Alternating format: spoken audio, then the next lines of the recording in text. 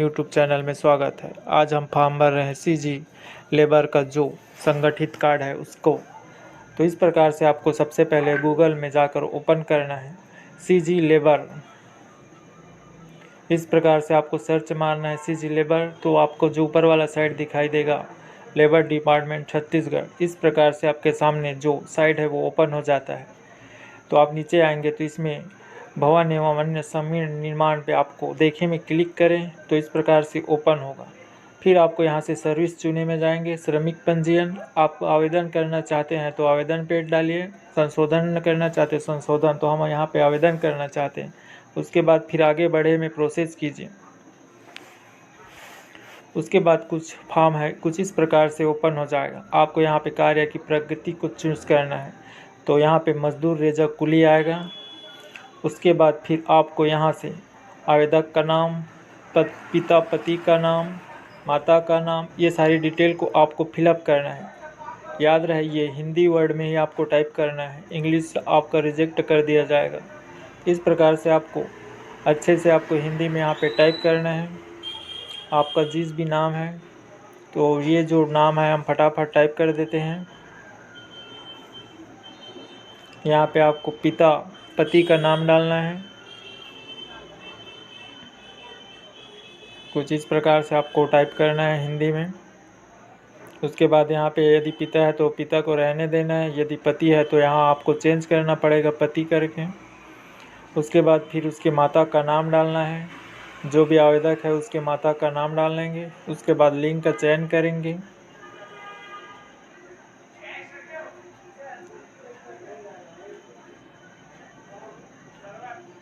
इस प्रकार से उसके माता का नाम टाइप करेंगे।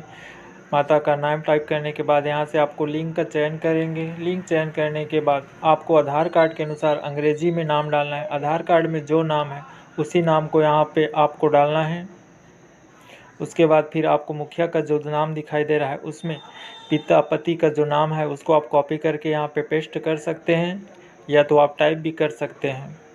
तो इस प्रकार से आप इसको कॉपी कीजिए। कॉपी करने के बाद यहाँ सीधा पेस्ट कर दीजिए। उसके बाद फिर आपका वैवाहिक स्थिति को चुनिए। वैवाहिक स्थिति चुनने के बाद यहाँ से आपको जन्म तिथि को सेलेक्ट करना है। कुछ इस प्रकार से आपको जन्म तिथि को सेलेक्ट करना है।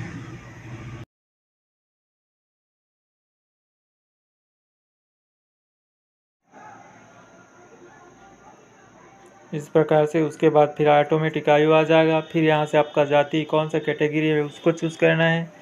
फिर यहाँ पे आपको पहचान पत्र के जगह पे आपको आधार कार्ड का जो नंबर है उसको टाइप करना है। यदि आपके पास राशन कार्ड है तो डाल सकते हैं, अन्यथा छोड़ दीजिए। फिर आधार कार्ड आपका कहाँ से बना है, कौन से स्टेट से, उसको चयन करेंगे।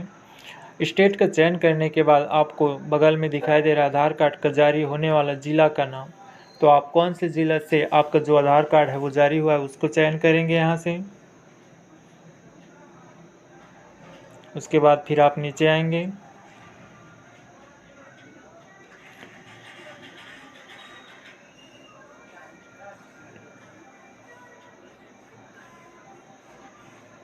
इसके बाद फिर आपको यहाँ पे बैंक की जानकारी डालना है। आपके पास जो भी बैंक उपलब्ध है आप उस बैंक की यहाँ से जानकारी फिलअप करेंगे। बैंक का नाम, शाखा का नाम, खाता क्रमांक, आईएफएससी कोड, ये सारी डिटेल को आपको इंग्लिश में डालनी है। आईएफएससी कोड, शाखा का नाम आपको हिंदी में डालना है, आईएफएससी कोड आपको इंग्लिश में डालना है, खाता क्रमांक भी। इस प्रकार से आपको खाता क्रमांक डालना है। खाता क्रमांक को डालने के बाद आईएफएससी कोड को फिलअप करना है। यहाँ पे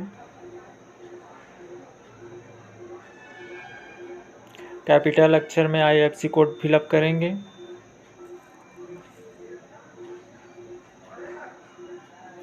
इसको बड़ी सावधानी से भरेंगे। एक अगर गलत हो जाता है तो आपका जो फॉर्म है वो निरस्त कर दिया जाएगा आपका जो श्रम निरीक्षक है उसके द्वारा। उसके बाद फिर आपका जो वर्तमान पता है उसको यहाँ पे आपको सेलेक्ट करना है। उसके बाद फिर आपका जो शहरी क्षेत्र है तो शहरी, ग्रामीण है तो ग्रामीण, इसमें टिक करेंगे। इस प्रकार से आपका जो विकास खंड पड़ता है वो, उसके बाद फिर आपका जो पंचायत है उसको यहाँ से सेलेक्ट करेंगे।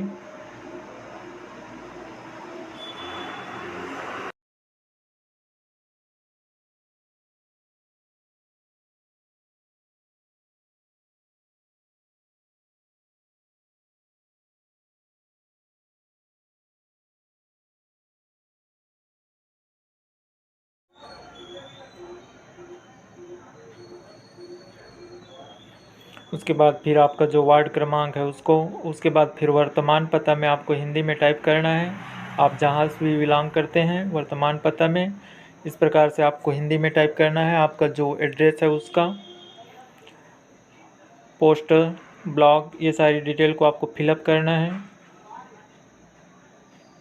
उसके बाद फिर आपका नीचे में विधानसभा का जो क्षेत्र है उसको सेलेक्ट करेंगे। उसके बाद फिर यदि आपके पास मकान नंबर है तो आप मकान नंबर डालें, यदि वार्ड नंबर है तो वार्ड नंबर डाल सकते हैं। तो इस प्रकार से आपका मकान नंबर डाल दीजिए यहाँ पे।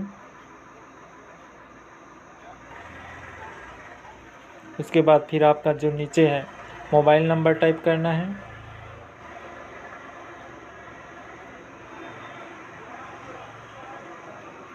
नीचे आपका जो मोबाइल नंबर है उसको टाइप करेंगे। यदि आपके पास वर्तमान पता और करंट एड्रेस यदि आपका दोनों सेम है तो आप दोनों में टिक कर सकते हैं। वर्तमान पता ही दोनों सही है तो उसमें आप टिक करेंगे तो ये ऑटोमेटिक फिल हो जाएगा। स्थायी पता, तो इस प्रकार से आपको टिक करना है तो ये ऑटोमेटिक फिलअप हो जाएगा इस प्रकार से। उसके बाद फिर से आपको नीचे आना है। उसके बाद फिर आप यदि पूरा फॉर्म फिलअप कर डाले हैं अच्छे से तो उसके बाद फिर आपको सबमिट बटन में क्लिक करेंगे। जैसे ही आप सबमिट बटन में क्लिक करते हैं तो आपका जो फॉर्म है वो आगे की ओर प्रोसेस हो जाएगा। इस प्रकार से आपका जो जानकारी फिलअप किए हैं वो आप एक बार अच्छे से मिलान कर लीजिए। उसके बाद ही आप जो फॉर्म है उसको सबमिट करेंगे।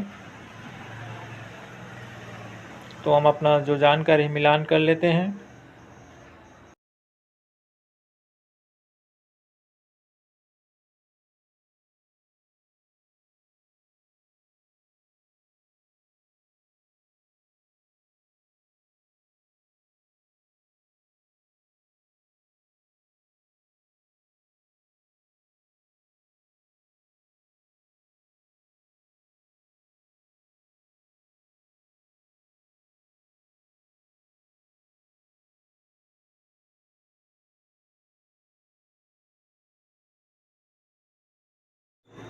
इस प्रकार से आपका जो फॉर्म है आप चेक कर लीजिए। फिर सबमिट बटन में सुरक्षित बटन जो दिखाई दे रहा है उसमें आपको क्लिक करेंगे तो आपका फॉर्म है वो सक्सेसफुल सुरक्षित हो जाएगा। सॉरी, इसमें OTP आप डालना भूल गए थे।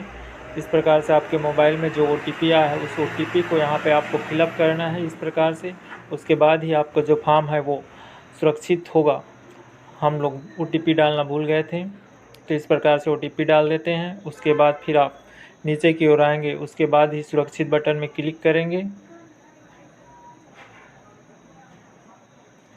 इस प्रकार से सुरक्षित बटन में क्लिक करेंगे। सुरक्षित बटन में जैसे ही क्लिक करते हैं तो हमारा फॉर्म रिकॉर्ड संरक्षित हो जाता है और यहाँ पे आपको पंजीयन नंबर दिखाई दे देता है। तो इस प्रकार से आप स्टेप बाय स्टेप फॉर्म को फिलअप करेंगे। हितग्राही का आवेदन क्रमांक इसको आप नोट करके रख सकते हैं। उसके बाद फिर आपको नीचे दिखाई देगा नियोजक का विवरण। तो नियोजक का नाम डाल सकते हैं, नियोजक का पता, उस स्थापना का तिथि स्थिति जहाँ आवेदक नियोजित था, कितने दिनों तक काम किए हैं, टिप्पणी में आप छोड़ सकते हैं इसको। तो अधिकतर 90 दिनों तक का काम है वो यहाँ पे अनिवार्य है। तो नियोजक का पता आप डाल सकते हैं जिस भी ठेकेदार के अंदर आप काम किए हैं। यदि आप ठेकेदार के अंदर काम नहीं किए तो अपना नियोजक आप अपना स्वयं डाल सकते हैं। उसके बाद फिर यहाँ से आपको नॉमिनी का जो डिटेल है उसको आपको ऐड करना पड़ेगा। तो यहाँ पे आप नियोजक का नाम डाल सकते हैं, नियोजक का पता डाल सकते हैं।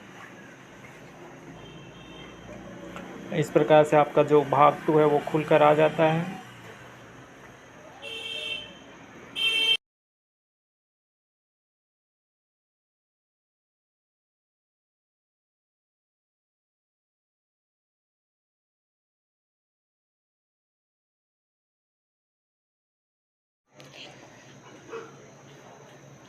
इस प्रकार से आप नियोजक का नाम यदि आपके पास उपलब्ध है तो डाल सकते हैं, नियोजक का पता डाल सकते हैं, उस स्थापना का विवरण तथा स्थिति जहां आवेदक द्वारा नियोजित है वो उस स्थान में डाल सकते हैं, उन दिनों की संख्या जिसमें वास्तविक रूप से नियोजक में रहा है उसका कितने दिनों से कितने दिन तक के रहा है वो डाल सकते हैं यहाँ पे 90 दिन का। इस प्रकार से आपको डाल सकते हैं ये सारी डिटेल को आप, आपके पास उपलब्ध है तो। उसके बाद फिर आपको नीचे में परिवार का सदस्य एवं नॉमिनी का जो नाम दिखाई दे रहा है इसमें आपको नॉमिनी ऐड करना पड़ेगा। नॉमिनी का जन्म तिथि, हितग्राही के संबंध क्या है, इस प्रकार से आपको ये सारी डिटेल को आपको ऐड करना होगा नॉमिनी डिटेल। तो हम यहाँ पे अपना नॉमिनी डिटेल को ऐड कर देते हैं।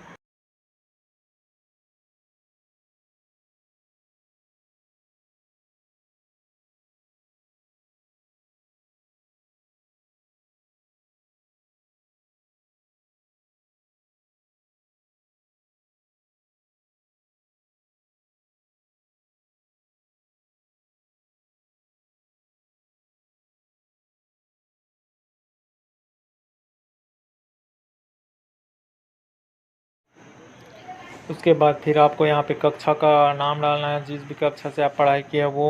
उसके बाद वैवाहिक स्थिति डालना है और उसके बाद फिर आपको जोड़े बटन में क्लिक करना है। जैसे ही आप जोड़े बटन में क्लिक करते हैं तो आपका जो नॉमिनी है वो ऐड हो जाता है। यदि एक और को जोड़ना है तो आप यहाँ से जोड़ सकते हैं। यदि आप नहीं जोड़ना चाहते हैं तो आप सुरक्षित कर सकते हैं यहाँ से। इस प्रकार से आपको डालना नियोजन का रहेगा। हम अभी फ़िलहाल इसमें छोड़ दिए हैं। इसमें नियोजक आप डालेंगे उसके बाद ही आपको आगे की प्रोसेस करने देगा, अन्यथा ये आपको यहाँ से आपको आगे प्रोसेस नहीं करने देगा। तो इस प्रकार से आपको डाल देना है नियोजक का पता, नियोजक का ऐसा कितने दिनों तक काम किया, उन दिनों की संख्या। उसके बाद फिर आप सुरक्षित करेंगे। सुरक्षित करेंगे इसके बाद तभी आगे की ओर प्रोसेस होगा ये। इस प्रकार से सुरक्षित करेंगे। उसके बाद फिर आपका सिस्टम में वेब कैमरा है तो आप यहाँ से फ़ोटो लाइव खींचना है। यहाँ पे आपको दिखाई देगा कि कौन कौन सा जो डॉक्यूमेंट है आपको अपलोड करना है। राशन कार्ड है तो डाल सकते हैं, आधार कार्ड, आयु प्रमाण पत्र, पासबुक, दस्तावेज, नियोजक प्रमाण पत्र, ये सारी चीज़ अनिवार्य है।